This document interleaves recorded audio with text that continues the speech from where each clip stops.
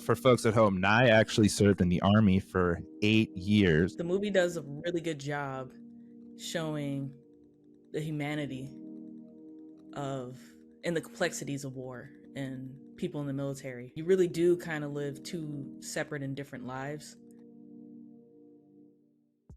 This is going to be a special edition of You Haven't Seen What, the fastest movie podcast growing today by a wrestling streamer on Whatnot. Today, again, I forgot to mention this the first time. The first two-time guest on the show, Nye Green, is back. Nye, how are you doing today? Fantastic, man. How are you? Well, if we can get this second recording better than the first one, then I will be doing great. Guys, we are having a special edition for Veterans Day today, and no one better than a former vet herself, Nye Green. Thank you for your service, Nye. Thank you. Nye, yeah, right? How do you really respond to that? Thanks. Nye. It's always the weirdest thing, and you never get used to it. Oh yeah, my god brother gets so uncomfortable. I'm like, thank you for your service. He's like, stop saying that. I'm like, but I want to thank you for your service. I don't know what you want from me. So for folks at home, Nye actually served in the Army for 8 years, which I already made this joke before, but I'll make it again, which is 8 years longer than Sergeant Slaughter's stealing ass ever did, because he never served a day in his damn life. Either did I, but I'm not out here wearing a hat and pretending like I'm a sergeant. Hey, kayfabe, brother. Yeah, kayfabe, right? I mean, hey, Akeem pretended like he was the African dream and he was a white dude, so, you know, kayfabe's alive and well, I guess, back then. Today, on episode 3, I had Nye on because Nye is our first two-time guest, and she said she had 3 lists at the time. One of them was war movies for Veterans Day, so I was like, you know what?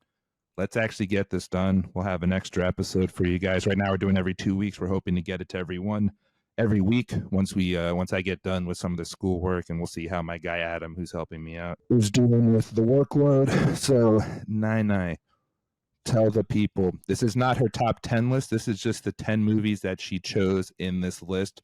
When she did her Hood Classic movies, a lot of people are like, how could you leave out this? How could you leave out Juice? How could you leave out that? It's not her definitive set in stone top 10 war movies of all time. These are the top 10 war movies that came to her head when I asked her to make a list. So don't get too mad at her. But if you want to, her ad is at Nye_Verde on social media if you want to yell at her. Anyways, Nye, what is the list for the people today? All right, so war/military movies. There are a couple that aren't exactly, I would say, war movies per se, but they're some of my favorites. I had to put them on the list. So we're going to start off with one of my favorites. I watched it a lot, and I enjoyed it so much, I actually bought his book, General Moore. And the movie is We Were Soldiers. Came out early 2000s, Vietnam era, starring Mel Gibson as General Hal Moore. Next one, Oldie But Goodie, came out in the 70s about the attack on Pearl Harbor, and that is Tora, Tora, Tora. Nominated for multiple Oscars and things like that. Great movie. I still like it. I still enjoy it. Next one, around my time serving, great representative of that time, that era, I think, The Hurt Locker. Came out late 2000s. Once again, Oscar nominated. Jeremy Renner, Anthony Mackie in it, about a team of EOD, Explosive Ordnance Disposal Team in Iraq. Great movie. Next one is classic. I think so much so, it's crossed over outside of the military community. Full Metal Jacket. Came out in the late 80s. Follows Marines through boot camp all the way through the Vietnam War. Next one, Oscars again. Saving Private Ryan. This movie was so great and so realistic that the VA actually created a 1-800 number for veterans to call if they were experiencing PTSD or any flashbacks or anything because of the movie. Came out late 90s, starring Tom Hanks, Matt Damon, Vin Diesel was in it also. About the invasion of Normandy, Omaha Beach. Of course, the team had to go find Private Ryan. Next after that, Platoon. William Dafoe, Charlie Sheen, Forrest Whitaker, Johnny Depp, Vietnam era movie. I want to say it came out in the mid-80s, if I'm not mistaken. Sounds right. Yeah, it sounds like definitely mid. Yeah. I would guess mid to late 80s if I had to guess. Yeah. Yep. Next one, once again, Oscar nominated. Glory. Came out in the late 80s. Denzel Washington, Morgan Freeman. It's about one of the first all-black regiments for the Union Army during the Civil War. Next one, the Tuskegee Airmen. Now, there have been a few movies about the Tuskegee Airmen, like Red Tails, things like that, but I'm talking about the Tuskegee Airmen. It was an HBO movie, came out in the 90s, mid 90s. Lawrence Fishburne, Cuba Gooding Jr., and of course, it's about the Tuskegee Airmen, black pilots during World War II. And these next two, military, not necessarily a war movie per se, but it's around that wartime and maybe not directly about the US military, but worth being on my list because they're just great movies. So military themed, I would say. Schindler's List came out in the early 90s, directed by Steven Spielberg. Liam Neeson's in it. The World War II era, it's about a German man that saves Jews during the Holocaust. And last one, it was tough. We had other movies like Good Morning Vietnam. And one of my favorite military movies, even though it's not a war movie, it's one of my favorite military movies, A Few Good Men. Yeah. Inglourious Bastards. Came out in the late 2000s. Brad Pitt. And it's about a plot to assassinate Nazi leadership. Hey, there's nothing, Not it's not historically accurate. Oh, per se. no. But as a, I'm not gonna lie, there's something. But once again, I think it's a great, military theme, war era theme, kind of movie. So I had to put it on my list. Well, I told Nine this before. I never actually, go out of my way to watch war type movies because my grandfather and my dad were both into them. So I ended up watching a lot of them without really having to go out of my way. Now my godson's super into them. So there was actually a movie that, little sneak peek for you guys, that may have been on Nine list. I asked her to not put on the list because I have an episode I started with my godson that should be coming out soon. I just have to do the second half when he's done with some of his school stuff. Yeah, I have not seen a lot of these, I don't know if I'm going to, in the future, tell how many of them I've actually seen. I can't tell if that's good or bad for me to do that. But I've seen 2 of the 10. Only 2. Because I'm not super aware. One movie I was hoping you'd have on here that you didn't have, I've already seen it.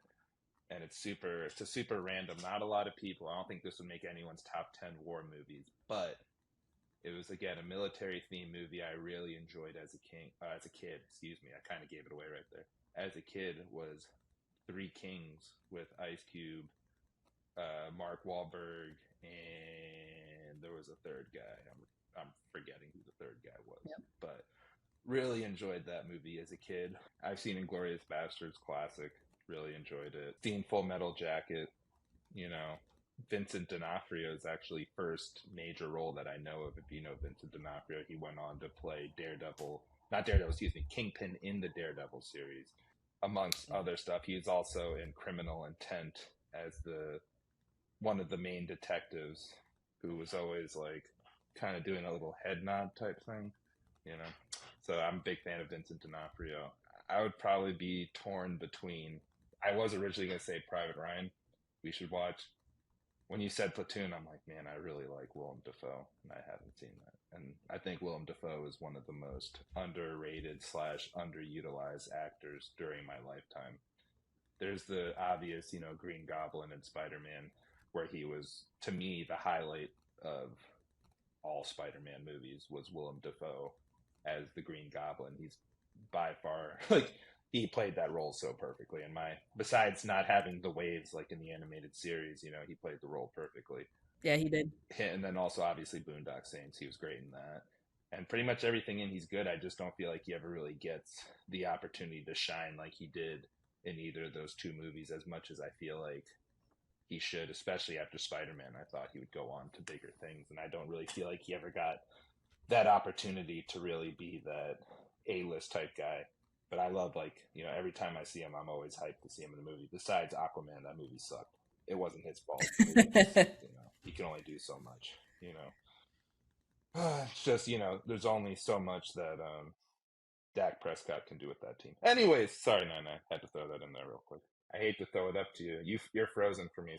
Man, it's a toss-up between Saving Private Ryan and Platoon. But I think we'll just go with Saving Private Ryan because I think that's more egregious as to why I haven't seen that movie. So, Saving Private Ryan. The reason I never really watched this, I was going to ask what made you really like this film. The reason I never really watched it is just because when I don't usually go towards war movies, and to be honest, most war movies are really long. You know, baseline war movies tend to be minimal 2 to 2.5. So a lot of times I just, hold off watching those films until I have a friend or someone else who wants to watch it with me, and then I don't really have to pay attention as much. Not pay attention as much, but I don't really it's not something I'd go out of my way to watch a war movie usually. Like Inglourious Basterds I did, but that was mostly just because it was a Quentin Tarantino movie. So what do you feel like makes Saving Private Ryan so good? The cast always looked amazing. It feels like one of those movies I should have watched just because of all the Oscar buzz. Everything Tom Hanks is in usually does pretty well in terms of like critical acclaim.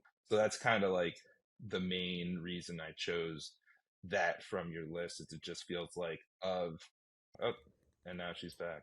So yeah, the exciting world of figuring out this app. Yeah, it never said you stopped recording, so I don't know. This is, again, we're figuring out how to use the app, guys. We're figuring out how to do this stuff, Video podcasts are the future, so we're trying to get this good for you. So, yeah, Saving Private Ryan, I'm excited to watch it. It feels like one of those films that has been on my list of, like, some of the most egregious films I haven't watched. There's a whole bunch of them, but you're going to have to keep watching to find out some of those that are going to really disgust people. But what about, I guess, Saving Private Ryan stuck out to you as being such a great film? Because I know it was up for all these Oscars, the cast, like you said, Matt Damon. Every time I hear Matt Damon, I just think of Team America World Peace, Matt Damon. Like him and Tom Hanks, and then Vin Diesel, or as I call him, Vin Diesel. I forgot he was in there. Like, what made you want to put that on the list, and why is it one of your faves? Well, number one, I think the cinematography, the accuracy, and the depiction of war during that time, and particularly, the storming of Normandy. Even historians say that it was pretty damn accurate. So much so, like I said, the VA had to create a hotline for veterans to call in. Yeah, I never heard that before. That's crazy. That's crazy. Yeah. I think that's why. Yeah, the acting, of course, is amazing in it. The story is unique.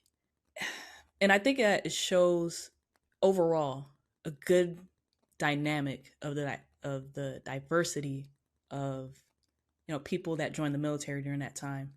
Tom Hanks' character was a teacher. You had privates all the way up to the captains. I think they were depicted accurately. So that's one of the main reasons why I like Saving Private Ryan, and it's just a good movie. The acting's great. There's a scene that we'll talk about after we watch it. Okay.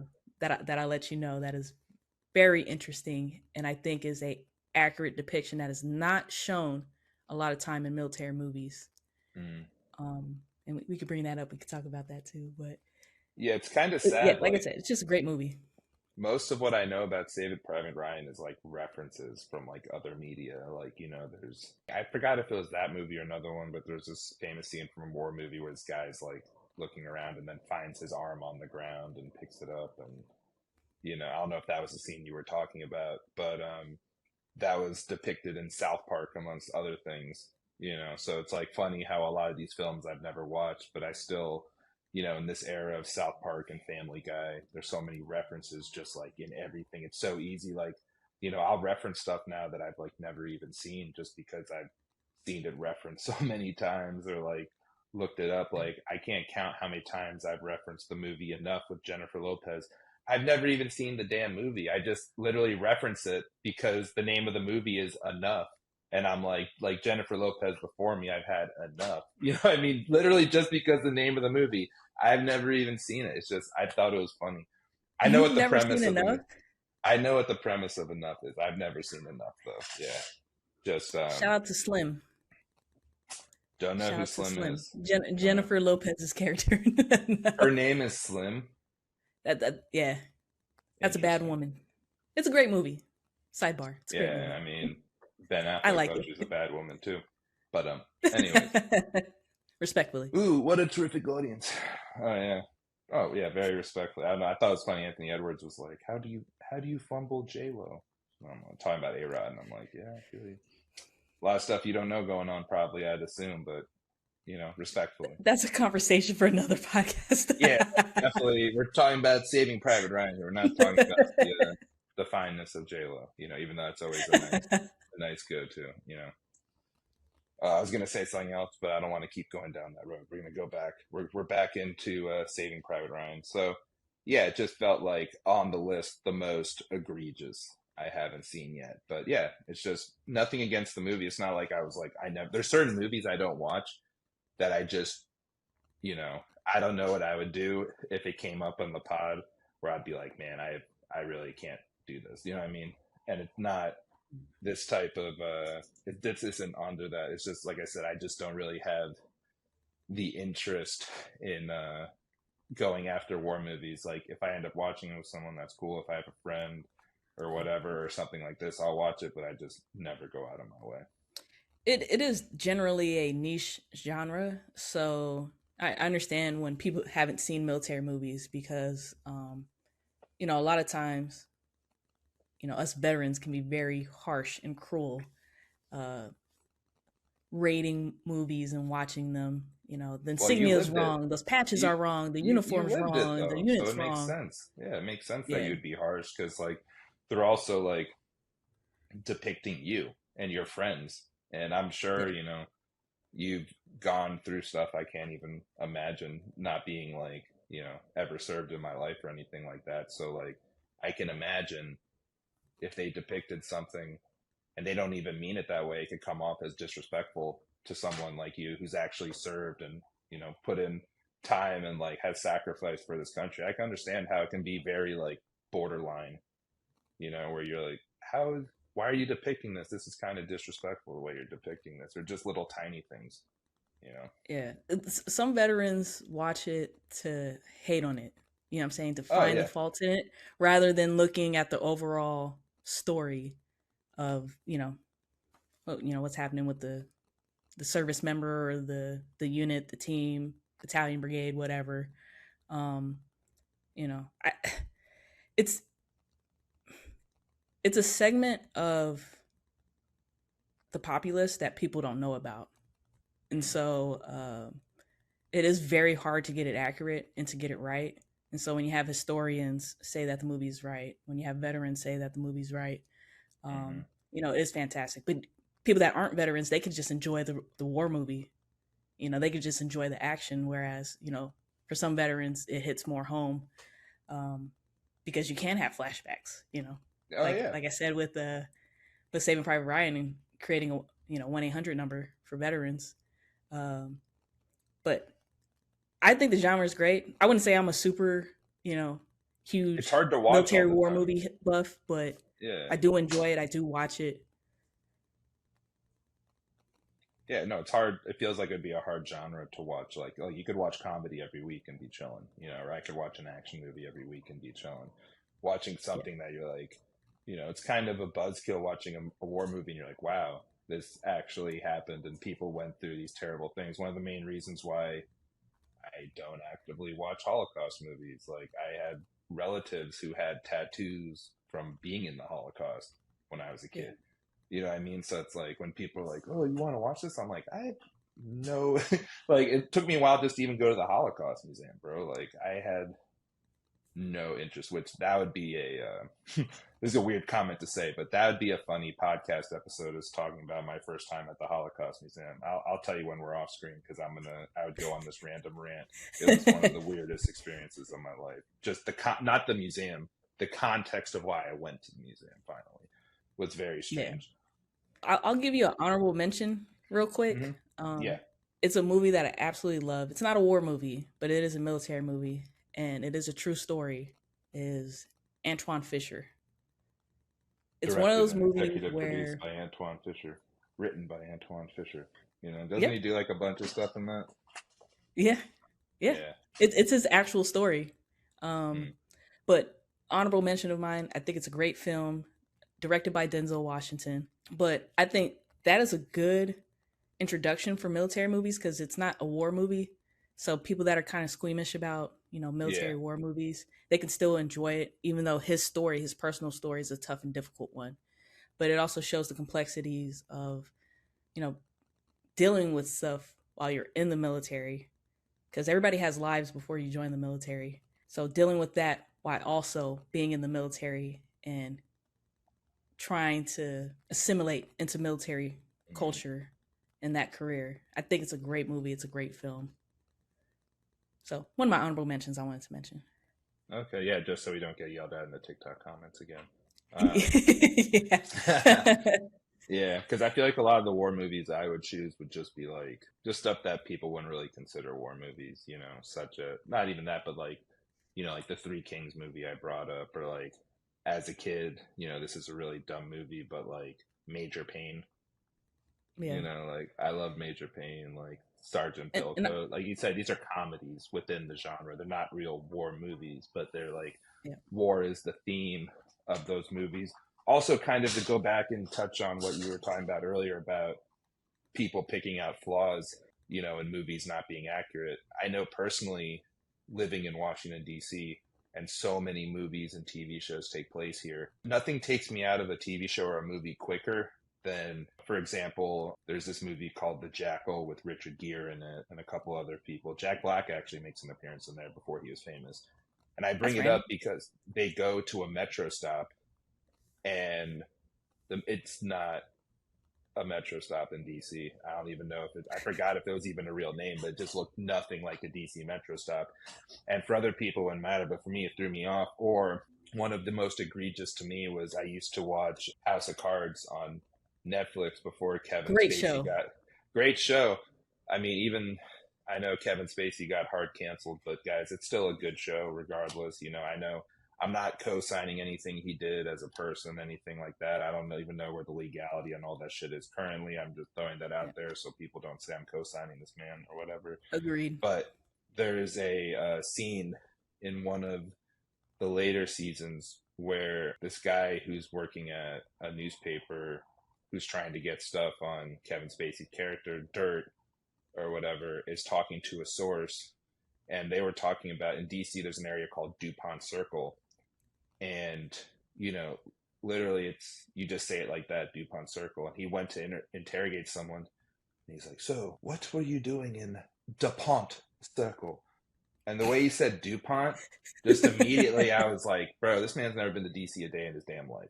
You know what I mean? Like the way I'm like, bro, you couldn't find one person. Like you couldn't call anyone in DC and just be like, hey, how do I say this word? Like no one says DuPont. You know what I mean? Like it's not a thing. It's like little things like that throw me off. So I can understand like, and like I've never served a day in my life. That's just me being a DC resident. I can't imagine, watching some movie and just seeing some war movie and you're like, none of this, like I'm sure they're watching that movie Battleship with Rihanna and they're like, what the fuck is this? Like none of this is accurate at all. She's not even American, like. Well, also a lot of people don't know that, in order to actually show official insignia and things like that and not get absolutely demolished by the Department of Defense, you have to have their blessing for the movie. Oh, so that's idea. A lot of times, that's a lot of times like, if you don't see the insignia right or anything like that, they didn't get vetted or they didn't get approval, from the Department of Defense and stuff. But that's why when you see military ads and stuff, you typically won't see the branch. You'll have That I'm kind of confused though, because how come they can throw the president insignia everywhere and there's no issue, but the military one's more protected than the president's official seal, which is like in maybe because of stolen valor. That damn Sergeant Slaughter. Yeah, the worst. I didn't even really care about Sergeant Slaughter until he started. And again, for you who don't watch wrestling, 999 met through our mutual love of wrestling, where if you ever want to support me, come check me out streaming on Whatnot, selling wrestling cards and other cool shit. But there's a wrestler famous named Sergeant Slaughter who you may have known if you were younger in the 80s. He was on G.I. Joe as a character as well and did a lot of other stuff. But he's a wrestler and his whole persona is pretending to be a military sergeant, even though he never served a day in his life. And a couple years ago, he came out and told some woman in WWE that, hey, you're stealing his gimmick, which is basically, you know, his character persona, and which was ridiculous because she actually was active in the military. So it's like, dude, like, she didn't steal your gimmick. She actually served, bro. Like, your whole gimmick is literally stolen valor, and you're going to complain to her about stealing your fake valor that you stole from someone else? It's the most ridiculous thing ever. Yeah, it's such a random tangent that has nothing to do with Saving Private Ryan, but I thought you guys deserved to know how stupid that statement was by Sergeant Slaughter. Ridiculous. Like, I'm not even a fan of Lacey Evans as a wrestler. Like, I have nothing against her personally. I'm not standing up for her in the, like, oh my God, how, like, to me, it was just like, I'm standing up for her as a military serviceman, where it's like, how are you being disrespectful to this woman who actually served our country? Like, I think she's still active or something, or like reserve or some sort of thing. She's still affiliated. So it's just like, the audacity of this man is just crazy to me. Yeah, personally. Ridiculous. Yeah. Ridiculous. And again, I never served a day in my life. So, you know, I'm not going to sit here and claim as, you know, oh, blah, blah, blah. But it's like, I ain't out here also wearing fatigues and a sergeant hat and calling people maggots and pretending like I'm a military person. The man has as much valor as someone in the fucking Village People. You know what I mean? Just put him in the damn Village People. You know, they all cosplay too. You know what I mean? Like, that's what you That'd be like IRS going to somebody that actually is in the IRS and like, hey, look. I know you're trying to get into wrestling, but yeah, right. Which that's again, IRS is another wrestler for you guys who are just here for the movie stuff. We have a lot of wrestling background here, guys. Just letting you know, a little background for you, so you wonder. But we are super excited. I'm excited to watch Private Ryan. I've never seen it. It just feels like one of those movies I should have been seen. It's one of those movies that I've heard about for ages. I told my godson I hadn't seen it. He was also, because it came up on one of his lists, guys. And he was disgusted with me for not having watched it. The only reason I didn't watch it originally is I didn't want to spend the 2.5 to 3 hours at the time to watch it, since he was with me in person. Now I have the time to actually watch it. So we will be doing that. If there's any final thoughts on Saving Private Ryan before we watch, or anything you feel like the audience should know before we watch, or I should know before watching, and not related to Sergeant Slaughter's Stolen Valor. The opening scene alone, I think single-handedly probably gave it its Oscar. It is just fantastic. And like I said, even military historians say it's 90% accurate on a lot of things that happen. You can't even imagine what. Oh, sorry. Go ahead. Oh no, I was just gonna say, you know, you can't even imagine, you know, what these guys went through in World War II. So never forget the sacrifice that they did. Enjoy the movie. It's entertainment, but it's also historical. So realize that even though they might not have been actual real people, there were actual real people they were depicting. And, right. You know, shout out to all my veterans out there.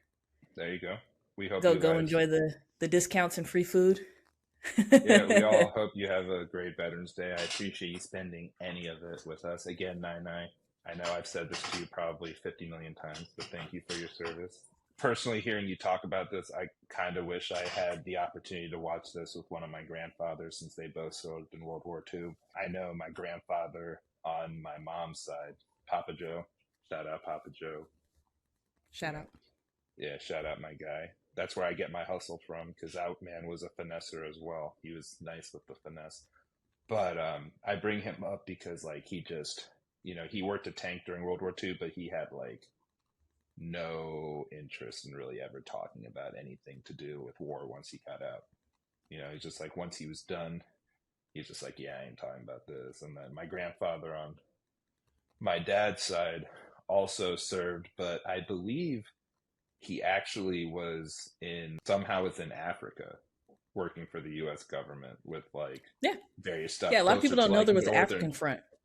Yeah, like northern a bit. Yep. So And That you, was you'll cool. you'll hear a reference to Africa in the movie as well. So just a Yeah, real quick reference, but yeah. And yeah, a lot of people don't know that. I don't know if he was in World War II, but my grandfather's brother, my great uncle, passed a lot. So there's actually a famous writer named Charles McCary. If you've never looked him up, check him out. Did a lot of cool spy novels and stuff like that. He worked for the CIA, and I believe it was like it might have been a little bit after that time. So shout out him as well. R.I.P. Uncle Chassie and Papa Mac and Papa Joe. Get triple love there. But guys, Yep. again, we appreciate you guys hanging out. If you're a veteran, thank you for your service. Hope you enjoy your day. Like Nine said, go get them discounts. You earn that shit. Make sure they give you every free thing you deserve, my guy or gal. Everything free. And real quick, yeah. Real quick, make sure you go to the VA. You're not taking money out of anybody's pocket. Everybody needs help. Our injuries are real, which you go through as well. Go to the VA, get checked out, get your discounts. We appreciate everybody that appreciates us, that put on uniform. You guys are the greatest. Take advantage of everything they're offering you, man. You know what I mean? Whether it's USO stuff, like at the airport, stop there, say hi, see what they can do for you if you're in a new city. You know, my god brother, I told Nine recently joined the Navy it's been 3 years now, which is crazy to me. But, you know, he's getting used to the USO thing, just, you know, and also a lot of times, like I have customers and like a lot of customers who are military people. It doesn't take much to make someone like, you know, feel better about their day for thanking them for taking years out of their life to make sure you're safe, regardless of how you feel. And I always specify this, regardless of how you feel about any political or military type battle or any war that's going on, like these soldiers didn't ask to go there. You know, they're assigned wherever they go, but support them. You know what I mean? Like, regardless, like it's not up to them who they're fighting. I know you may not be happy about the means of why we're in certain wars or whatever it is. It's not up to them. A lot of people like join because it's the best option they have, or various other reasons they join. Like support them. That's all I'm gonna Military say. is apolitical. Yeah, exactly. Like, you know, it's just there's no We reason just do to our be job. disrespectful. Yeah, no reason to be disrespectful. People taking time out of their day to try to protect us or, you know, make their lives better and things of that nature. So I just wanted to throw that out there. Nine, I thank you again. If you want to know where to watch Saving Private Ryan, I honestly don't know because I didn't previously look it up because every time I do the list on here. So if you can Google Saving Private Ryan, I'm sure it's on one major streaming services. Let's see. If not, you know, 1, 2, 3 movies. Saving Private Ryan, you could probably find it like that. But I'm not suggesting you watch it illegally, but I'm sure you could find it somewhere. So, guys, Paramount Plus, it's there. It'll be on a few places, guys. We'll find it. But if you want to be in touch with the second half of the pod, go watch Saving Private Ryan if you haven't already, and we'll come back for part 2. So enjoy the ads. Appreciate you listening, and I will see you very soon. Hey guys, what up? Schway here. Thank you again for listening to my brand new podcast. You haven't seen what? I know, guys. It's hard for me to force that type of enthusiasm, but I'm so grateful for you listening to the podcast. If you would like to know how to support me, which I know you're all dying to know how you can support me, it's really easy, guys. Follow Schway Nostalgia on all social media platforms. Make sure to check out Schway Podcast Network on Instagram and check out schwaynostalgia.com. Go to schwaynostalgia.com. Check out some of our sweet branded merch. We got t-shirts. We got scented candles. Who else has scented candles? We got scented candles. We also got all sorts of cool stuff, guys. Vintage collectibles, toys, all that. Make sure to check out schwaynostalgia.com. Also, if you'd like to see even more of me, guys, follow us on YouTube, which you're already doing since you're watching right here, and follow me on Whatnot at Schway Nostalgia. I stream weekly all the time, selling all sorts of cool stuff like wrestling cards, figures, all sorts of stuff, guys. Make sure to follow us, cop a t-shirt, like, share, and subscribe, guys. It's so easy. Just right down there. You're already here. Just go like, share, and subscribe, guys. It's so easy, and it helps us out tremendously.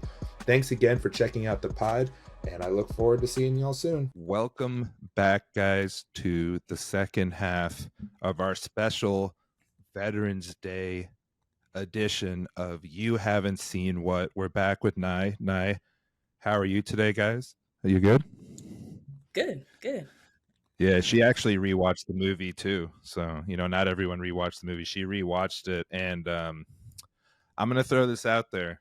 First movie I've seen on this podcast that made me choke up at a certain point. I'm going to throw that out there. Just the end of the movie, which again, we're getting into spoilers, guys. So if you want to follow along, make sure you pause it, watch the movie if you haven't, or, Google it if you feel lazy. It's okay. Either way. It's just, the way at the end, like, you just know. I just kind of knew Tom Hanks was going to die the way that they, the way that the movie went. So let's before we get to that, let's rewind a little bit. Amazing cast. The movie came out in 98. You're looking at the cast and there's so many like big names, certain older guys who were in there. That guy Dennis Fontaine, I think his name was, who was in Law and Order, is in it for a little bit. Randomly, Ted Danson has a bit part in it. Paul Giamatti has an amazing bit part in it. And then more so, you look at, because before I saw this movie, I'd see the poster and it was always just Tom Hanks, Tom Hanks, Tom Hanks, Tom Hanks, always just front and center Tom Hanks. And you're going through and like Bryan Cranston makes an appearance. Ed Burns is like a main character, and Ed Burns doesn't act quite as much as he used to. He does a lot more like directing and stuff like that, but he was in it. Vin Diesel gets killed in it eventually over a stupid reason. And then that one guy, I don't even know how to say his name, but he's the bad guy in the original Avatar movie. I haven't seen Avatar 2, so I don't know if he's in that, but what's his name? Giovanni Ribisi. I had to look him up. He was the medic. So he's the guy in Avatar who's all like, we must acquire the unobtainium, which is just the dumbest name ever. But we're not going to get into how stupid Avatar is now. There was a lot of guys who were big name type, like up and comers that were in that movie. One guy who I totally forgot about until watching it was Barry Pepper, who's the sniper in the movie, who was honestly, I was the saddest to see him die of anyone. I don't know why. But for some reason, when he died, that one hit me more because I knew Tom Hanks was going to die. Like okay, we're backing up again. They start off, they're at Arlington Cemetery, not too far from my house, a place I've been to many times where actually my grandfather and grandmother are buried. So I drive past there all the time living in DC, seeing him with his family coming by, him breaking down. Was it Arlington or was it in, I think it was actually in France, right? It might. I thought it was Arlington Cemetery. It might have been France for all I know. I don't know. I didn't really. Military cemetery. Military cemetery. And now I look like an asshole. No worries. I thought though the way they did it though, where it's like, "What's wrong, Grandpa?" and then they kind of go back and they never really say who that old guy is. You don't figure out who that old guy is until the end, and immediately you go in and it's just, to call it a bloodbath is a fucking understatement, guys. They like Facts. Literally they're coming in, guys are puking, they're scared for their lives, and I couldn't help thinking about like my grandfathers who both served in World War II and they were both drafted, and it wasn't like they enlisted, like they were forced to do it, and seeing these guys just start getting shot at before they even get to the beach. And like before they get to the beach, like half the boat that they're on is already dead. Like those first guys, like think about, they don't say it, but it would be fascinating to think about like how did they decide who stood where in the boat? Because literally like half those guys in the front of the boat were just massacred like immediately. So typically the commander's in the front of the boat. So the movie's not actually accurate for that. But the commanders do usually stay at the front, and if you weren't hit. Hey, leaders lead from the front. Sorry. Go ahead. But yeah, real quick, can I give like a general, I guess, background? Yeah. All right, so the story's loosely based on real brothers. Like I said, loosely inspired, loosely based on real brothers. The Nyland brothers. There were 4 brothers that served during World War II. 2 were killed in Normandy. One they thought was killed, but he was actually a POW. And then the other one they found and they brought him back. So Okay. the movie's loosely based, inspired on that reel. Also, another, I guess, kind of historical fact, D-Day was actually delayed a day because of weather. So with the waves being choppy for the Higgins boat is actually really accurate. And so that, like I said yesterday, the opening scene is fantastic. There's a couple little things, like some of the obstacles should be actually turned around instead of forward. But that's little military things that nobody's going to notice. The average person's not going to notice. Only military people, maybe historians and stuff like that. But kind of surprising though, because you would think that given how much accuracy and time and money they put into this, that they didn't have someone who could literally, because military advisors and you think they could get the movie's made somebody in the 90s, so the amount of World War II veterans, vets would be a lot, obviously comparatively to today. To now, exactly. But that's just some of the, I guess, background real quick. So. Okay. Yeah, the Battle of Normandy. Yeah, that first scene is, like I said, you see Tom Hanks, you see, they have Barry Pepper, who, again, when I was younger, I thought Barry Pepper was going to be like a huge actor. He was in, I believe, that one movie, I think it was a Spike Lee movie called 25th Hour, which was pretty good. If you never saw that, I believe Ed Norton was in that too. And he was also in that Roger Maris movie, I believe, as Roger Maris, 61, I believe it was called. And he was definitely a hotshot actor. So I saw him, I was like, oh, nice, because he was always good. I was always surprised he never really got bigger than he was. And then also forgot the name of the actors, like Adam Goldberg, who was the Jewish soldier who ended up being the Hebrew Hammer, if you ever saw that movie. And he was in a bunch of other, he played the neurotic New Yorker Jewish guy. The cast was amazing. And the water, as they're coming out, all those guys die. They're trying to get to the beach. And you're just seeing the water's literally red with blood. Some guys just fall out of the boat trying to not get shot head on. And you see people get shot in the water too. And then one guy literally... I don't know that's physically that possible, seemed like but... I was a little, to be honest, and again, I'm going to defer to you. It probably did happen. I'm going to defer to you because I've never served a day in my life and I've never shot a gun. So I wouldn't know anything about them things personally. But I'm not a physics expert, but just either way, it's great cinematography. Yeah, that kind of bothered me. And then one of the guys ended up just drowning, trying to get through. He ended up just drowning. Yeah. So you're like, all right, this is already, they established the fact that it's a complete shit show immediately. Fubar. Yeah, that's, I think it's one of those things where you're watching this movie and basically that's a real barometer if you're going to get through the rest of the movie. If you can get through that first scene, you can get through the rest of the movie. Some folks, are not into that. I know personally, like, my mother would never watch this movie in a million years. There's just no way. And there's a small scene in the opening that if you're not really paying attention, you'll miss. It's when the medic is taking care of, the guy that eventually gets shot in the head. Yeah. And there's shots going on all around. So there's a shot, it hits his canteen, the medic's canteen on the side. Yeah. The water comes out, and then you see the blood from his leg. Yeah, no, I saw that. And then just little details like that. It's crazy. Yeah, we talked about it yesterday too. That famous scene where the guys grabbed his arm, like they're gonna reattach it or something. Like, I don't think that's how it works, my guy. And a lot of the people, who are going up just end up. I don't know how else to say it besides like kind of like dumb ways. Like one guy gets shot in the helmet, he takes off his helmet, he's like, "Well, I'm lucky," and then the guy shoots him again. It's like, bro, like, what are you doing?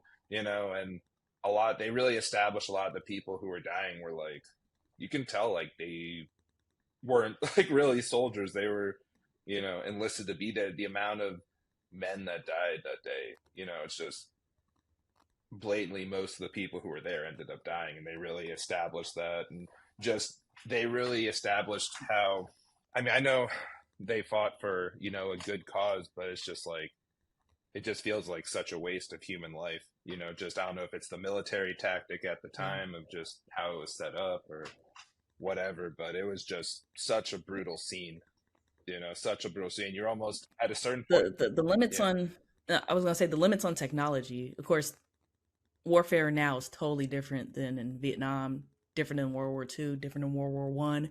A lot of the military tactics are still the same. It's just the technology has improved to limit the amount of casualties. Yeah. Well, I would hope so, just because it just seemed like so many, like, again, that first scene where all those guys get shot in the boat, you're just like, what a waste. They couldn't have had some armor or just anything. Like, my God. And then later on, there was, I guess that one pilot was talking about how he was trying to fly a general, and they put some sort of metal.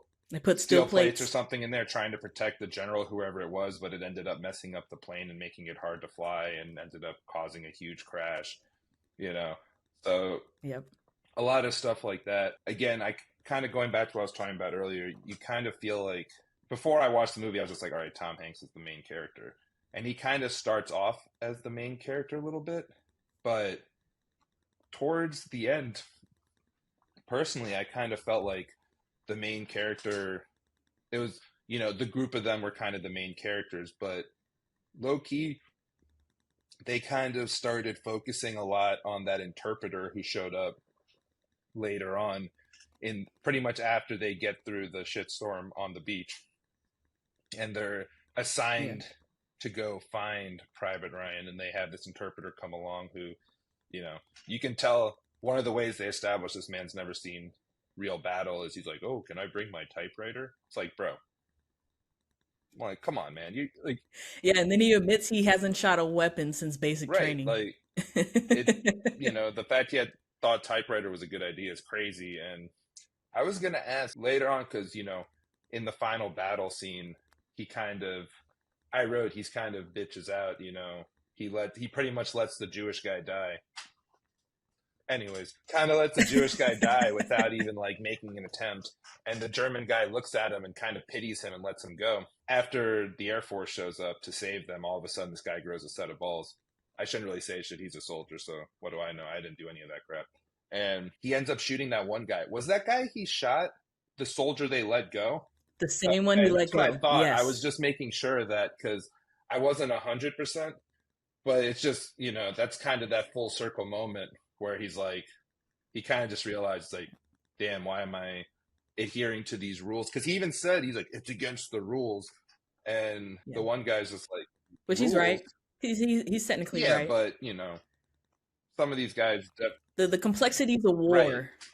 Right. A lot of guys don't follow the rules, The whole concept of rules. It was interesting seeing kind of that transition of the main character, but not quite fully, because then it kind of transitions eventually when you find out Private Ryan is played by Matt Damon, which, if I didn't know that beforehand, it would have been a great reveal. I kind of already knew that he was quote-unquote Private Ryan since the movie came out close to 30 years ago, which is pretty crazy. It kind of transitions to him as the main character a little bit once you find out later on that Matt Damon is the old man from the beginning. The lead kind of changes. One thing I thought they did a pretty good job of is, Tom Hanks is the leveled one, the leader, blah, blah, blah, but behind him being the leader, this man is blatantly suffering from symptoms of PTSD that they don't, that's just not known of at the time. So his hand's just always kind of shaking in the movie. There's no real explanation for it. He's like, oh yeah, I'm fine, blah, blah, blah. And he's keeping, he's trying to keep his men afloat. And then he goes off one scene and cries by himself, but he doesn't show his men because he's trying to keep their spirits up, because he figures if they see him doing that, they might lose all hope. So it's just, quintessential. When he says he's a teacher, it makes sense because you can tell the man's a leader. And he's definitely, kept that group together. I will say, I was going to ask if it was based off a true story because, I don't know, to me, and again, not in the military, nothing like that, I'm kind of confused why they thought it was a good idea to send all these soldiers after one soldier when literally there's so many people who've probably lost siblings and all this stuff, and for some reason they decide that, the mother can't possibly lose 4 sons, or it was 4 or 5. I forgot, it was one of the 2. Yeah. So they send all these guys, and pretty much everyone in the battalion dies besides the interpreter. And I forgot that one dude, the actor's name, who I mentioned earlier, Ed something or whatever. The guy who wanted to leave anyways. Those are the only 2 who survived. Ed Burns. There you go. Yeah. because Tom Sizemore also did a great job in that movie. Like, he dies, Hank dies at the very end, and has that famous line, you know, "Make it worth it, make it count." And that's definitely what got me choked up at the end, when you're seeing Matt Damon's old ass with his wife, and it's like, "Did I live a good life?" She's like, and like the wife doesn't really understand, but then kind of understands, you know, because I liked how they had old Matt Damon just separate from his family, because they could never really understand what he went through. You know what I mean? You go there and, you know, you're like, wow, thanks for your service. But at the same point, they could just never, like, I could just never understand what it really means to be in that situation. As much. I think that the movie does a really good job showing the humanity of and the complexities of war and people in the military. You really do kind of live two separate and different lives.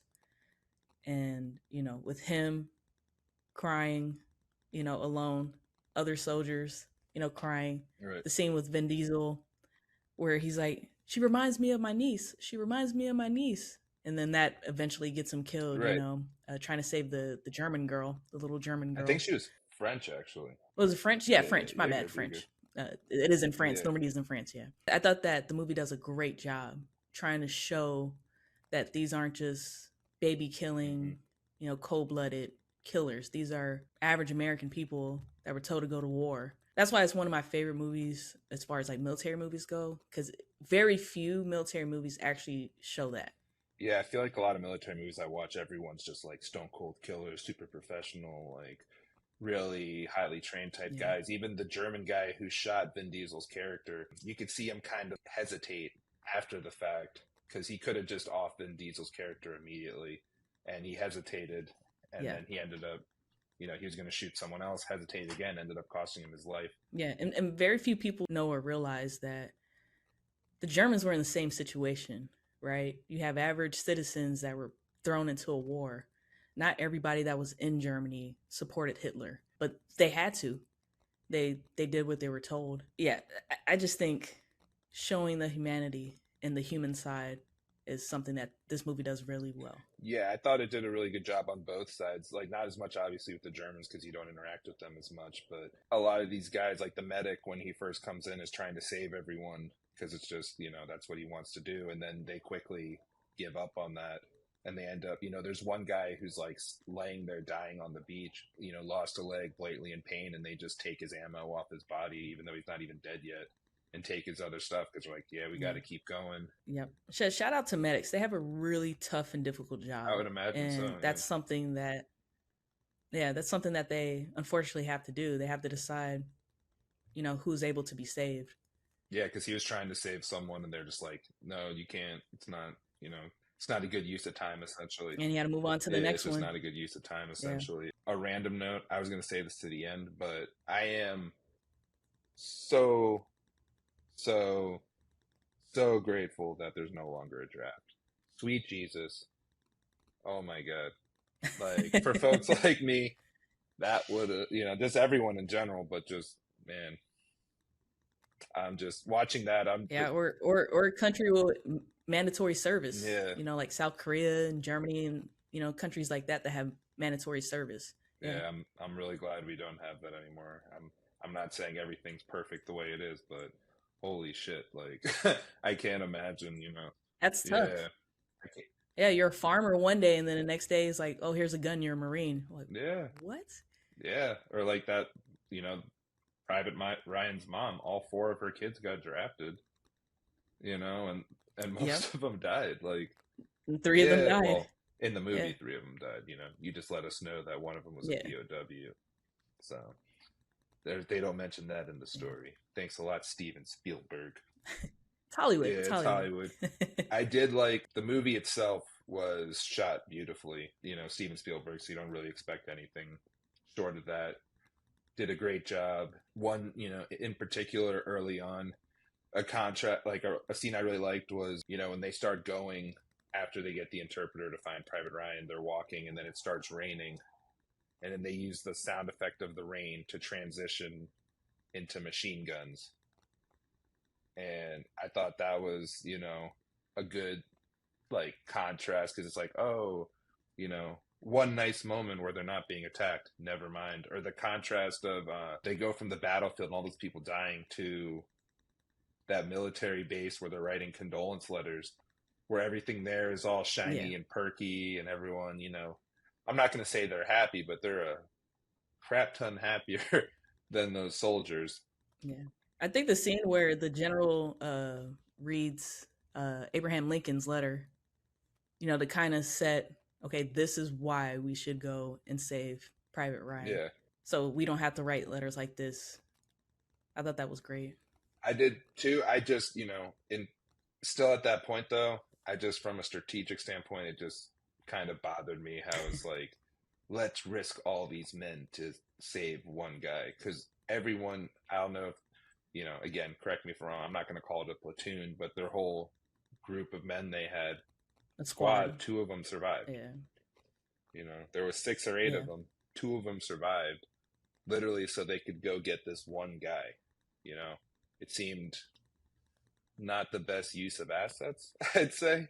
Yeah. But even Matt Damon later on asked that. He's just, what makes me special? Why do you guys come to get me? And that, to me, made me feel, you know, not as, I guess, from like someone who went to school for screenwriting and stuff, that kind of bothered me. And then when I heard Matt Damon acknowledge that it was kind of weird, that kind of added to the story, I feel like. Yeah, he's a soldier. He didn't want to leave his men. Yeah, either. I really enjoy when movies do that, when they have really random big name actors come in later on in movies that you might not be expecting or anything like that. Super random reference, but for example, when Ben Affleck was in Smoking Aces, if you've ever seen that crappy movie, I'm not gonna lie, I'm not a fan of that movie at all. But they had that part, and then immediately he just gets killed, like immediately, and I was like, okay, I kind of like how they utilized him. But also, this was like late '90s, so it must have been around the time of Good Will, or right after. Probably right after Good Will Hunting, because Good Will Hunting was really his welcoming party. It was definitely after Good Will Hunting. I can imagine that he was definitely before Jason Bourne, though. Yeah, 100%. He was you could tell how much younger he was. He looked noticeably younger than I've seen him in a lot of stuff. That scene with Paul Giamatti knocking down the wall, hilarious. Yeah. Hilarious. Just all of a sudden, it's just like all these Germans and they're all pointing guns, like little, World War II standoff between the Americans and the Germans. And, you know, obviously the Americans get through it, but it was just such a rant. He literally sits down and it knocks down a wall. And then all of a sudden it's all these enemies right there. Yeah. You know? One of my favorite parts that makes me laugh every time is when they have, you know, right after they get the interpreter and stuff, they have all the troops marching. And all the prisoners of war marching, and he goes, "Juden, Juden." Yeah, just rubbing it. He's like, "Hey, you got caught by a Jew." Rub it in his face. Caught by a Jew. Yeah. Yep. Yeah. No, I like Adam Goldberg, anyways, because like I said, I have a copy of Hebrew Hammer somewhere. That movie's absurd, and I've seen him. He's just always that neurotic guy in so many movies and TV shows. But I thought he did a really good job in this. You know, him again, Barry Pepper, Vin Diesel, very bit part, but. You know, coming out of that movie, it's interesting that if you had lined up those 3 actors, that Vin Diesel became the most popular, because I really thought Barry Pepper was going to be big back in the day. He had a lot of good roles. He's one of those guys, there's so many actors, you know, we kind of briefly touched on this during Paid in Full, but like Wood Harris, Mekhi Phifer, guys who had been in good projects, but never really got to that next level. And I think, you know, I don't know specifically you have with Barry, with Mekhi and Wood Harris, you know, at the time there weren't as many roles as there are today for African-American actors for real lead roles back in the 90s that weren't like super typecast type stuff, you know? So it kind of makes more sense then. Barry, I'm kind of interested. I might have to Google search and see what exactly happened to him and why he never really made it big, because I really thought he was going to be big back in the day. That scene with them going through the dog tags was crazy too. I think it really just establishes how desensitized / just I'm trying to think of the best way to phrase it besides desensitized, but it's just, you know, they're going through this pile of dog tags looking for Private Ryan's dog tag to see if he died, and they're like just you know, all grabbing and they're yelling at each other because people are mixing up stuff and blah, blah, blah, because they're just trying to get through it because it's another work tax. Meanwhile, there's a whole bunch of fellow American soldiers walking by, you know, kind of in shock from, you know, what they had gone through anyways, but seeing these the main characters going through all the dog tags. tags that are Yeah. most likely their friends and their fellow soldiers. Yeah. And it's just, you know, one of those things where you see these guys who are just, you know, so caught up in the moment, they kind of just forget, it's like, hey, we're in a war zone dealing with constant death and misery. But that's one of the ways they kind of remove themselves from the situation too. Yeah, the dark humor. You know, they're cracking jokes and, you know, while they're looking through dog tags and stuff. That's something that, you know, it's a coping mechanism for a lot of guys. That's, you know, they just try to separate and, you know, they're desensitized. Yeah, that's something I've heard a lot from people I've met via Whatnot or in general who are in the military, is they've told me that it's not uncommon to find dark senses of humor in the military. You know, some of the jokes, my God. Embrace the suck. What? Embrace the suck. Embrace the suck. Pause. sorry. I had to do it.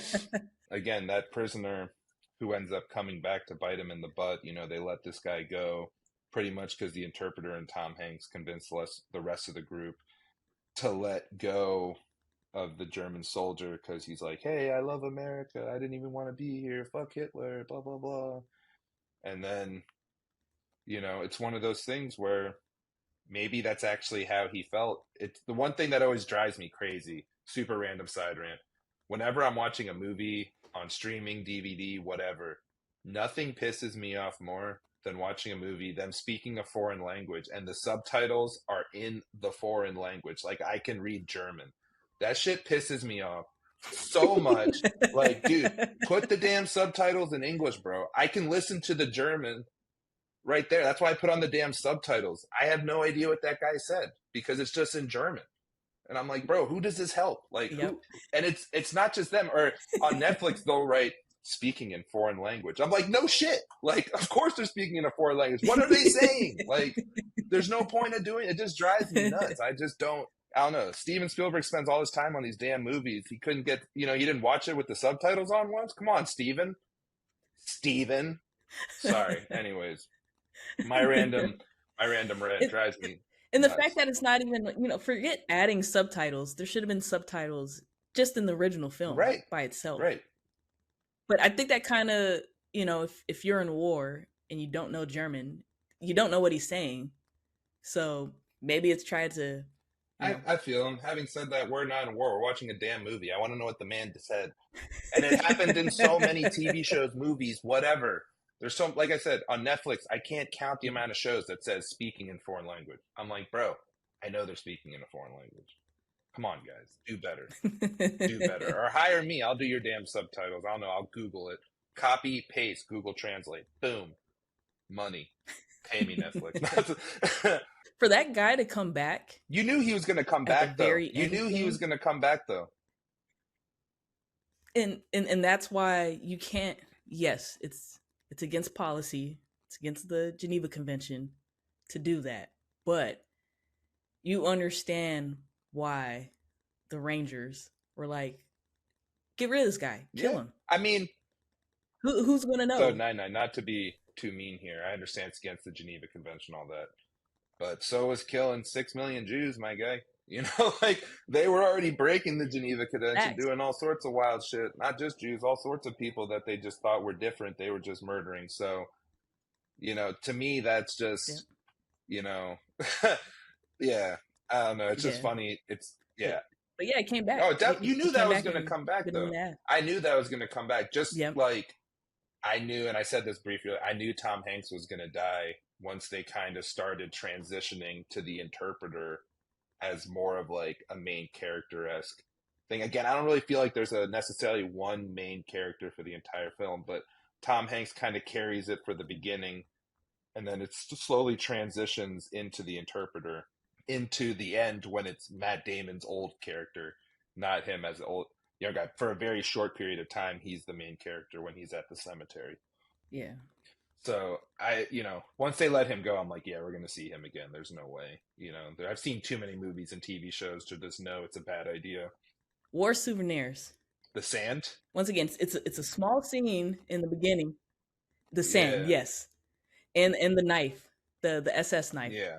The Hitler Youth knife? That is 100% a thing. Yeah. It's 100% a real thing. And like I said, it's just a small piece that just makes it more authentic. He has sand from Africa, from Italy, all his different campaigns, so he could take it back home. And I mean, it's one of the. But souvenirs are a real thing. When they stormed Saddam's palace, they were taking everything. Oh, I bet. Everything in the palace. I mean, and again, I've never served a day in my life, but I can imagine little things like that probably kept people going. You know what I mean? Like, oh, I got to get to this next place so I can get that next souvenir. Yep. I mean, ultimately, it's a part of history. Mm-hmm. So there's a lot of weapons from the SS, from the Germans that people brought back, dude, knives, a bunch of souvenirs. Quick side note: I have a wild ass story where this guy I used to live with for a couple of years, recovering drug addict. I don't know why I said that, but I guess might be relevant at some point. He apparently was hooking up with some girl back in the day when he was in high school or something, and she was Swedish, or I think I want to say Swiss. I want to say she was Swiss. They were at the house one time, and he was walking through the girl's house. Her dad just had a room full of Nazi paraphernalia and was like a Nazi collector of like World War II artifacts and other Nazi shit. Yeah. Wow. Like people are, I've been on this app called OfferUp to buy, sell stuff. And someone was selling like Nazi paraphernalia from World War II, like all sorts of shit, dude. Like some people are, to me, it's weird as fuck, but some people are into that shit, which if you're into that shit. Yeah. Anyways. See, back then, you didn't have to worry about people tweeting about it, using those. Okay. Yeah, using those items as idols, I guess you could say. Nowadays, yeah, it's a little bit more tricky. I'm a huge World War II. I'm gonna say history buff. I wouldn't even say I'm a fan. Are you a fan of war? But like I've been to the Eagle's Nest. You're strongly intrigued by World War II. Yes, definitely. And so like I've been to the Eagle's Nest. Living in Germany, just naturally, I visited a lot of World War II sites. So I understand the collecting of the souvenirs, especially from the military standpoint, and being a fan of history. Mm-hmm. Just now you got to be careful with the rise of all of that now. All of that. That those items can be used as idols. Yeah, no, there's some people who cross the line. I can understand from like a historical standpoint, preserving it, putting it in a museum. Like, I've been to the Holocaust Museum in DC. I've been to the Holocaust Museum in Israel. Like, I've seen a lot of wild ass shit. I've seen a lot of wild ass shit from that. I think the two scenes that really stick out the most in this film are obviously the first scene when they're coming up on the beach in Normandy. And then the second scene would be them going against the German tanks at the end. I would have loved, if they ever had a making of the movie, I'd love to see how they made some of these sets, because the set work in this movie is just crazy. How good and realistic. You got to get the DVD, man. Yeah, I'm going to have to look it up at some point. Just how good they do it with the sets and everything. It just really sets everything together. I really enjoyed, them building up the anticipation of, the tanks coming. They're listening to that music where the interpreter is like telling them what they're talking about. Tom Hanks obviously is a great actor, but they seem to use him as kind of a vehicle to humanize the rest of the people, because a lot of the people, besides the interpreter, who just seems the interpreter and the medic both seem out of their element. The other guys are just very much desensitized, it seems like, to everything else going on. Tom Hanks has that story where they save, when there's that German soldier, the prisoner from earlier, where Tom Hanks gives the whole story about him being from Pennsylvania and a teacher and just kind of going into his whole life. And then, the scene where they're waiting on those tanks, listening to the music, and Matt Damon looks at Tom Hanks and is just like, I can't picture my brothers. I can't remember it. And Tom Hanks is talking about, well, what I do is I think of specific moments, like tell me a moment about them. And Matt Damon goes in the whole story about his brother, and then asks Tom Hanks to be like, hey, like, why don't you tell me about your wife and the rose bush? And he's like, no, one's just for me, you know. And it's like the one time he's been selfish the entire movie is just that one moment. Yeah. But I would assume, you know, as a soldier, you never know when it could be it. So he's just like, yeah, I'm keeping this one close to the chest. What can you say bad about Tom Hanks? He killed it, you know. The whole cast is just I keep saying this, but the cast is amazing. They do a great job. The bit, like the fact Ted Danson was in it was so random. Like I was watching it, I literally had to Google during the movie. I'm like, is that Ted Danson? Is Becker in this? Why is Becker in this? Like, what's going on? You know, like it would have made as much sense of having hell of an ensemble cast. Oh yeah, well, Paul Giamatti had a great. There's not much that I've seen Paul Giamatti in that I don't like. I've never seen Big Fat Liar, but everything else I've seen with him has been great. That tank scene at the end that we keep talking about, just the anticipation building up, the whole setup again. When Barry Pepper's character died during that scene, when he's the sniper and they shoot that, and every time he shoots, he's just reciting Bible verses and such like that, doing prayers. That must be one of the worst feelings for him. You know, obviously no one's going to enjoy dying, right? But the fact that this man literally just saw his demise happening in front of his eyes because he thought he had shot everyone. The second you see him shooting at that tank, I was like, oh no, they're not going to do it. And then you see the little, I don't know what they call that part of the tank, but the big ass gun on top that shoots those big missiles starts going up. That's one of those parts in the movie, you know. I've never seen Boys in the Hood. We already established this, but I'd imagine it's the equivalent of, yeah, Ricky, no! Yeah, or like Obi-Wan getting struck down in Star Wars. Someone's like, wait a minute, you ruined Star Wars for me. Like Obi-Wan getting struck down. That's how I felt when Barry Pepper got killed. Or, I don't know, the Adam Goldberg death annoyed me the most just because it was by far the most preventable if that one guy, the interpreter, wasn't such a bitch and just sat there crying. It was crazy. I still don't understand why the German guy let him live. I guess he pitied him, but still, like, the German guy didn't even, you know, I thought he would at least take his ammo and shit. You know what I mean? Or something. He just let him. He's like, oh, yeah, whatever. You're pathetic, you know? And Adam Goldberg character just did not need to die at all. It's just that guy sucked. And I thought, you know, for a second, I thought that the interpreter was going to be the one who made it to the end. And it wasn't. It was Matt Damon. So I'm just like, why? I don't know. It almost makes me feel like, why the hell was this guy in the movie? He just sucked. You know what I mean? Like, he didn't. I guess, you know, he's the. If I really had to deep down think about it, maybe it's one of those things where it's like they wanted him to kind of be that. I wouldn't say voice of reason, but kind of he's holding on to the thoughts of how quote unquote normal society looks at stuff, you know, like and how a normal, you know, person would react in those situations, right? And everyone else is beside Tom Hanks too is pretty desensitized. I mean, Tom's obviously, you know, he has a little shake thing going on, but he has by far the best head on the most level of anyone in that squad, and he's balancing all these different opinions on everything. But you can tell at the end the interpreter finally gets with the program because he shoots the prisoner, which to me I thought was interesting too. How he holds a gun up on 6 German guys and they all drop their guns. I'm like, what? I know there's planes coming down, but it's like, bro, what? Like that seemed a little weird to me. That didn't make sense to me. I don't know. But yeah, I felt like that was kind of the interpreter finally giving into him figuring out his situation where he's just like, yeah, I can't play by the rules because, you know, the Geneva Convention, you're not supposed to kill him. And he's just like, nah, I let you have a pass last time. Fuck that. I love when they finally tell him what FUBAR means. Oh, I must have missed that part. What? You know, when they're walking and they talk about FUBAR and he's like, what's FUBAR? He's like, oh, it's a German word. And then eventually, you know, scenes later, he's like, hey, I looked it up and there's no German word of FUBAR. And then eventually at the end, you know, before the battle at the bridge in Rommel, they finally, you know, tell him what FUBAR means. So, yeah, I thought that was great. Missed that. I didn't even know what FUBAR was. And FUBAR, it's still used today in the military. It's a great acronym. Of course, military is known for acronyms, but it's fucked up beyond recognition. Beyond all recognition. Okay. Sorry. That makes sense. Fucked up beyond all recognition. That makes sense. Yeah, I don't know how I missed that. It's funny how I'll be watching this for, again, this guy, one of the main reasons I didn't watch this movie for a long time is it's 2 hours and 45 minutes long.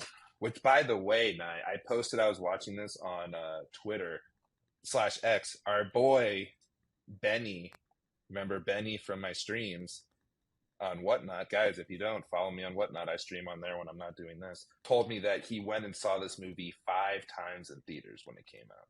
5 times. And I'm like, bro, I could barely get through this movie once. Not because it's not a good movie, but it's just like so intense for such a long period of time. I'm just too ADD. And also, I'm not really, I'm not much of a blood and gore type. It wasn't like I was looking away at any part. It's just more so, it's just not my form of entertainment. Personally, like I think it flows pretty well though for a long movie, and it doesn't feel too long and dragged out. It's a perfect amount of action. Now you have character development and action, character development, action. Yeah, I thought they did a pretty good job establishing everyone. You see the actions have consequences and not everything's black and white in war, which I think they made a really good point of, because a lot of the guys died from quote unquote doing the right thing. Vin Diesel died trying to help that girl. And Tom Hanks said, paraphrasing, saving the girl isn't our fucking mission, which, excuse me, I think is like one of the few times I can remember Tom Hanks cursing in the movie, period. But he's just like, that's not our mission. It ends up costing dude his life. The prisoner, you know, doing the right thing. He ended up, you know, murdering them. And like, man, pretty much everyone in those squads, you know, whether it's Tom Hanks' squad or Matt Damon's Private Ryan squad, like pretty much everyone died. Towards the end, when you know it's getting there for Tom Hanks, you know it's going. Because like I said, I knew Tom Hanks wasn't going to make it. The Germans are closing in on him before the Air Force comes out of nowhere to save their ass. Tom Hanks goes and is leaning against something, and he looks next to him, and there's just Tom Sizemore dead, who literally just died, and it's like his friend just sitting right next to him dead. I keep forgetting his name. Ed Burns? Did I get that right? Burns? Ed Burns? Is that right? Or Ed Burns. Yeah. The one guy who was just like, nah, fuck that, I'm leaving, is the only guy from the squad who made it, besides the interpreter. The only one. Like, you know, and Ryan. But Ryan wasn't like, you know, in their squad. His original squad, though. In the OG squad. Pretty much everyone in Ryan's squad died, too. I think the scene where it's his last stand and he shooting the pistol. Hey man, this is all I got left, but I'm gonna No, he's like, I'm going. He's like, I'm dying anyways. I'm going out. Like I said, once they kind of transitioned to the other guy being somewhat of the lead, I had a feeling that Tom wasn't going to make it. But they almost give you hope that he is going to make it, because the Air Force comes up, starts bombing them, and he's still there, and he's talking to him. And then next thing you know, he does the Undertaker, you know, and just is gone. Yeah. And then it transitions to Matt Damon. And that's when you just, like I said, the first time on the podcast that I got choked up. Because I'm going to be honest, there's a lot of movies I've seen in my life that I've gotten choked up for, like, dumbass shit. That just, it's like not even a good movie, but it's just like, I don't even know why. I'm just like, sad, you know? But that was definitely the first one I've seen on this pod where I was just like, man, that scene of him in the cemetery, I like the fact they had it at the beginning because it hits that much harder at the end when you see who those graves he's looking at are, what it means to him, the contrast of his family. Again, because he fought, children he had didn't have to fight down the road. I mean, obviously the draft got taken out, I believe, after Vietnam. You could make a real argument. This has nothing to do with the movie, but just me thinking after the movie, how everyone always talks about how technology's really changed the way Americans and people in the world live. I would argue, too, that you could say that the lack of required service / a draft in America is more so why our way of life has changed more so than technology, or just as much. I talked to my mom after watching this, and she was telling me about how when she was in high school, she'd have friends who, once they graduated, like, literally there'd be like TV shows where you'd watch the lottery and you'd find out on TV whether or not essentially you're going to, your number was called, if you're going to die or not. The military's not for everyone. No. I understand the argument, you know, for the draft. As of right now, military service is pretty much at a low. Recruiting numbers are low. War is unfortunate, and I wish that people had the same ideals, you know, for freedom and democracy. But unfortunately, that's not how the world works. And so war unfortunately seems like a necessary evil, you know, at times. I don't know if we had an active draft, if that would have made, you know, our generation think about the world differently. But everybody that got drafted, World War II, Vietnam, people that even volunteered. Shout out to you. Uh, Shout out to conscientious objectors as well, like Muhammad Ali, that actually had deeply held beliefs, that didn't want to go to war. I mean, you do you. If you wanted to get waivers and bone spurs, uh, The but shade, Nine, the shade. from a person that actually has bone spurs, I'm a ginger. I know all look, about I shade, can't. Nine. I'm just saying, like, I'm not allowed to be in this one. But I'm just throwing it out there. Look, part of me wants to say, you're a coward, but I cannot knock anybody's beliefs and the reasons why they did what they did. But to the men and women that actually served, to the men that got drafted, the sacrifice that you made is something that we can't forget as a nation, and especially for World War II, we cannot forget why those men were fighting. They're fighting fascism. They're fighting autocrats and they're fighting dictators. And they're fighting genocide too. At the time. Exactly. So exactly, unmentionable, unspeakable atrocities that should never happen again. Yeah, another. They always say you teach history so that you don't repeat the mistakes of the past. Once you forget history, you're doomed to repeat it. So yeah, that's why in the first half of the pod, I definitely made a point of saying, you may not agree with the war or any war that happened, but you can't, like, there's no reason to disrespect the troops and the sacrifice they've made and all the stuff they've done and given up to, whether they believe in the specific cause we're going, they believe in the greater cause of, protecting this country we're in. So you gotta, nothing but respect to you, Nine, and everyone else. Even though, she couldn't make time for me today or yesterday. Shout out your friend Maggie too. She made the list, but having said that, since she served as well, I'll give her, like my ancestors before me, I'll give her a little pass over on that one.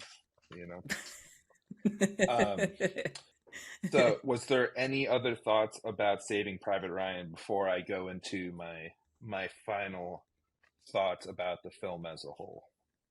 Amazing movie. We just had the anniversary this past June for Normandy and D-Day. Mm-hmm.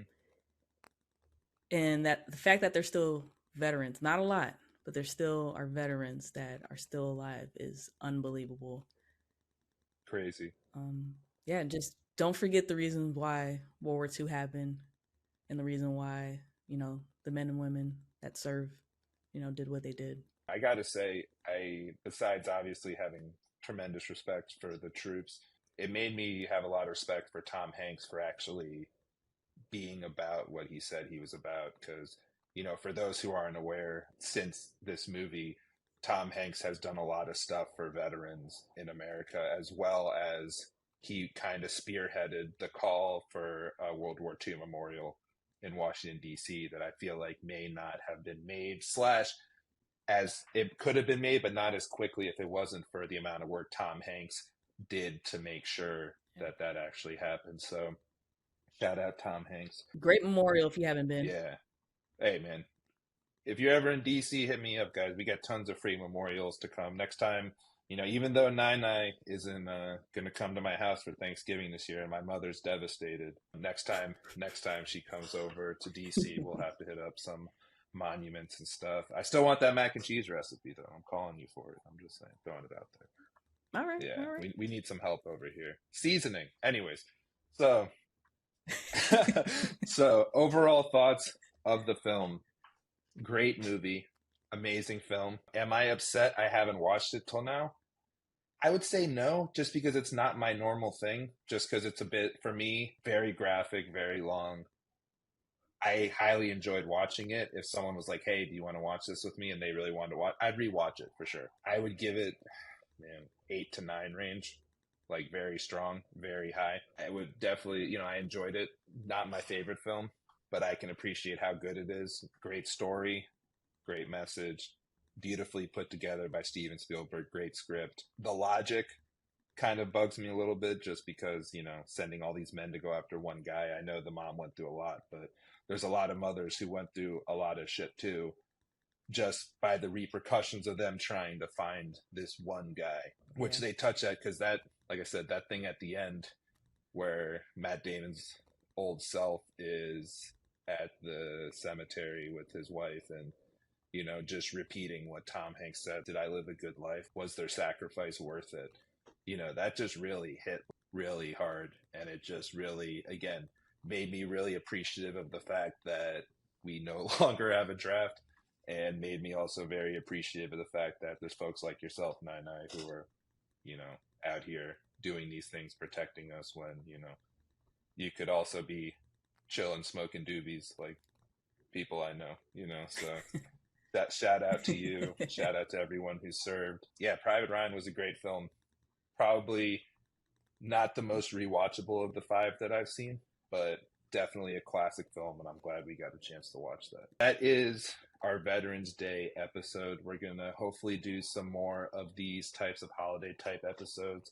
We might, who knows, might be having a holiday episode soon with Nye and her friend Maggie, but now you got to give Maggie homework and tell her if she's going to be on the pod, she has to watch at least 1, if not 2 of the episodes you're on before she's here. I'm giving her homework. We're calling her out.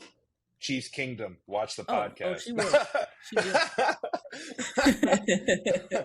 So, Nye, I appreciate you. Guys, I appreciate you listening. If you haven't gotten a chance, please like and subscribe, leave comments, tell your friends, share it on anything, retweet, whatever. I know some people are like, I don't have many followers. Anything helps, guys. If you've listened this part, I appreciate you. Like, share, subscribe. And guys, we hope you had a great day. For all of you who served, thank you. We appreciate you. Thank you for everything you've done. Just wanted to shout you guys and gals out again for everything you've done for our country. If you know anyone, you know, shoot them a thank you if you can. And we hope you have a good day. Thanks for listening, guys.